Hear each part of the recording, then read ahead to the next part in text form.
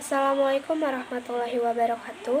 Perkenalkan, nama saya Siti Nur Ajijah, NPM 191400148, semester 6 kelas C, Prodi PGSD di Institut Pendidikan Tapanuli Selatan. Tujuan saya membuat video ini untuk memenuhi tugas mata kuliah anti korupsi oleh dosen pengampu Bapak Abdi Tanjung, Sarjana Pendidikan Magister Manajemen. Adapun tugas yang diberikan yaitu membuat video mengenai presentasi paper 2. Berikut adalah video presentasi saya. Upaya pemberantasan korupsi di Indonesia.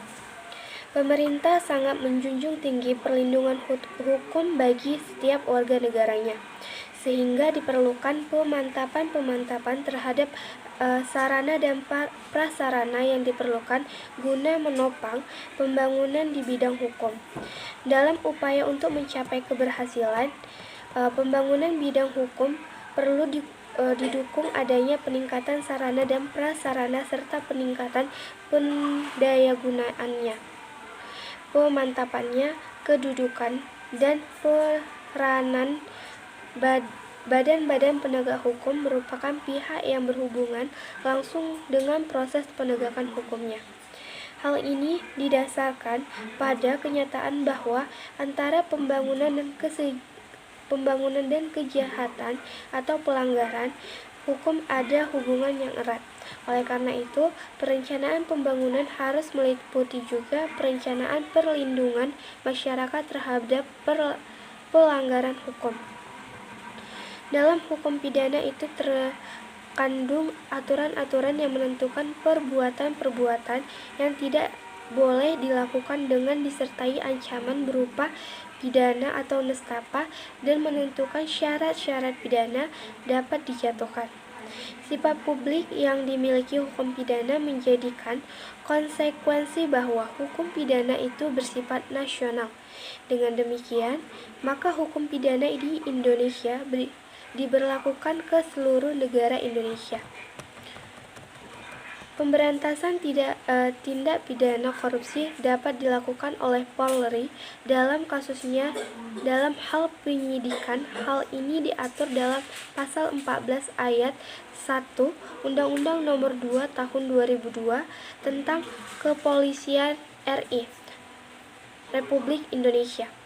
Penyidikan tindakan pidana korupsi tidak hanya dilakukan oleh Polri, namun Kejaksaan dan Komisi Pemberantasan Korupsi atau KPK juga memiliki kewenangan penyidikan.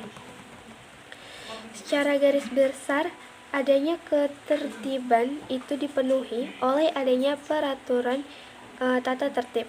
Ketentuan-ketentuan yang bersangkutan dengan tata tertib ini dalam kaidah atau norma yang tertuang posisinya di dalam masyarakat sebagai norma hukum. Dengan adanya tatapan norma tersebut, maka posisi yang paling ditekankan adalah norma hukum. Meskipun norma lain tidak kalah penting perannya dalam kehidupan masyarakat. Untuk mewujudkan tertib sosial, negara menetapkan dan mengesahkan peraturan perundang-undangan untuk mengatur masyarakat. Peraturan-peraturan itu mempunyai sanksi hukum yang sifatnya memaksa. Artinya, bila peraturan itu sampai dilanggar, maka kepada pelanggarnya dapat dikenakan hukuman. Jenis hukuman yang akan dikenakan terhadap si pelanggar akan sangat tergantung pada macamnya peraturan yang dilanggar. Pada prinsipnya, setiap peraturan mengandung sifat pemaksaan, artinya orang-orang tidak mau tunduk dan dikenai sanksi terhadap pelanggaran tersebut. Hukum yang digunakan sebagai sarana pembaharuan dapat berupa undang-undang atau jurisprudensi atau kombinasi keduanya. Di Indonesia yang paling menonjol adalah perundang-undangan. Jurisprudensi juga berperan, namun tidak seberapa. Lain halnya di negara-negara yang menganut sistem preseden. Korupsi telah dianggap sebagai hal yang biasa dengan dalih sudah sesuai prosedur. Koruptor tidak lagi memiliki rasa malu dan takut sebaliknya memamerkan hasil korupsinya secara demonstratif, polisi tidak lagi mengabdi kepada konstituensinya. Partai politik bukannya dijadikan alat untuk memperjuangkan kepentingan rakyat banyak, melainkan menjadi ajang untuk mengeruk harta dan ambisi pribadi. Padahal tindakan pidana korupsi merupakan masalah yang sangat serius karena tindak pidana korupsi dapat membahayakan stabilitas dan keamanan negara dan masyarakat, membahayakan pembangunan sosial, politik, dan ekonomi masyarakat, bahkan dapat pula merusak nilai-nilai demokrasi serta moralitas bangsa karena dapat berdampak membudayanya tindak pidana korupsi tersebut. Sehingga harus disadari, meningkatnya tindak pidana korupsi yang tidak terkendali akan membawa dampak yang tidak hanya sebatas merugikan negara dan perekonomian nasional, tetapi juga dapat berdampak kepada kehidupan berbangsa dan bernegara. Perbuatan tindak pidana korupsi merupakan pelanggaran terhadap hak-hak sosial dan hak-hak ekonomi masyarakat, sehingga tindak pidana korupsi tidak dapat lagi digolongkan sebagai kejahatan biasa atau ordinary crimes, melainkan telah menjadi kejahatan luar biasa.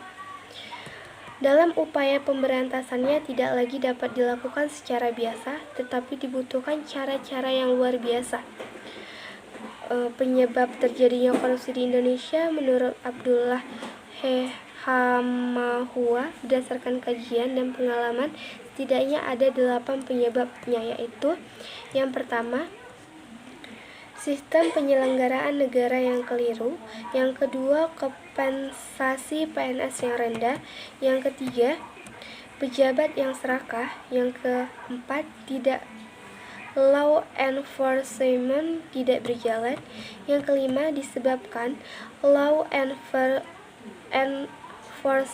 tidak berjalan, di mana aparat penegak hukum bisa dibayar mulai dari polisi, jaksa, hakim, dan pengacara, maka hukuman yang dijatuhkan kepada para koruptor sangat ringan sehingga tidak menimbulkan efek jera kepada koruptor.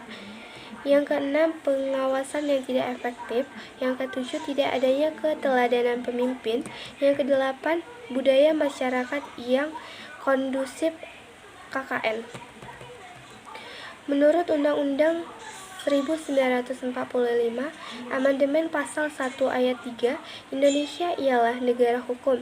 Sebagaimana layaknya suatu negara, maka kepentingan masyarakat banyak harus mendapat perlindungan dari pemerintah seperti tersebut dalam alinea keempat, melindungi segenap bangsa Indonesia.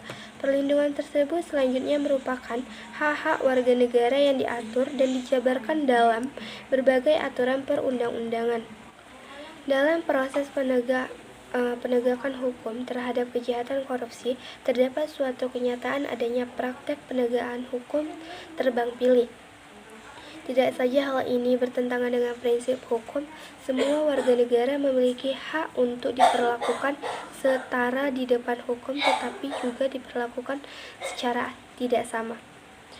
Adapun yang menjadi sebab perilaku penegakan hukum aparat polisian dan kejaksaan bukan saja disebabkan karena kasus korupsi sering dipandang sebagai kasus yang membawa berkah, utamanya bagi pengacara, tetapi juga disebabkan karena adanya keberadaan Undang-Undang Tindak Pidana Korupsi dan Undang-Undang KPK.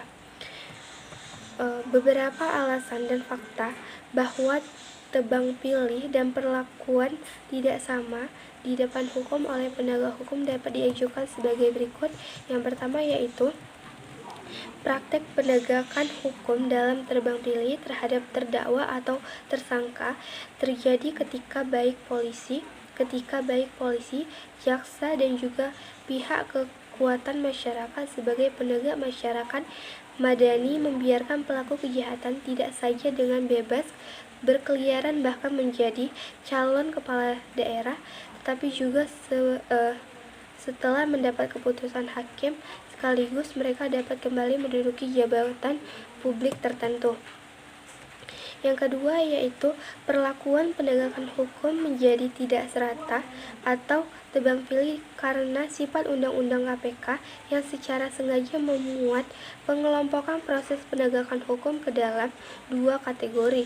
Kategori pertama yaitu korupsi yang menimbulkan kerugian negara di bawah 1 miliar diproses oleh polisi dan jaksa, dan kategori yang kedua adalah perbuatan seseorang yang telah menimbulkan kerugian negara di atas 1 miliar yang kewenangannya proses hukumnya melalui KPK. Dalam kategori hukum pidana, bahwa sanksi hukum dijatuhkan kepada pelaku kejahatan tidak saja dipandang sebagai hukum yang menimbulkan penderitaan secara fisik dan psikis dan dibatasi kebebasan hak-hak, keperdataan, dan hak politik, tetapi juga diharapkan agar pelaku kejahatan merasa jera atau kapok sehingga tidak berkehendak melakukan kembali hal tersebut. Terdakwa kasus korupsi hanya dijatuhkan hukuman percobaan. Alhasil dengan vonis tersebut, terdakwa korupsi tidak perlu lagi menjalani hukuman di penjara. Pemberantasan korupsi di Indonesia mengalami kemunduran. Umumnya mereka dijatuhkan vonis 1 tahun penjara dengan masa percobaan 2 tahun. Jumlah bawah adanya kecenderungan bagi para hakim untuk menjatuhkan hukuman terhadap terdakwa korupsi sesuai batas minimal hukuman yang ditentukan Undang-Undang Tindak Pidana Korupsi atau Tipikor. Baiklah, sekian presentasi saya mengenai paper kedua. Lebih dan kurangnya saya mohon maaf. Wassalamualaikum warahmatullahi wabarakatuh.